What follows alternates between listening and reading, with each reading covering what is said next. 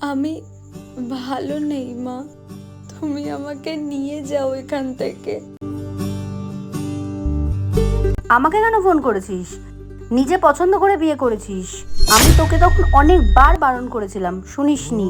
নিজের কপাল তুই নিজেই পুড়িয়েছিস, এবার তুই বোঝ। আমাকে ফোন করবি না, আমি কিছু করতে পারবো না। মা,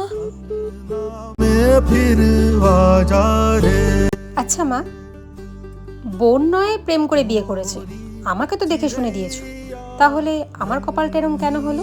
শোন, ওটা তোর দোষ।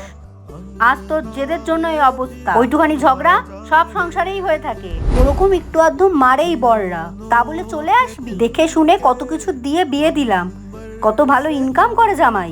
আমি দেখছি কি করা যায়। জামাইয়ের পা ধরে তোকে দিয়ে আসবো ওখানে। अंगना में फिर आ जा रे।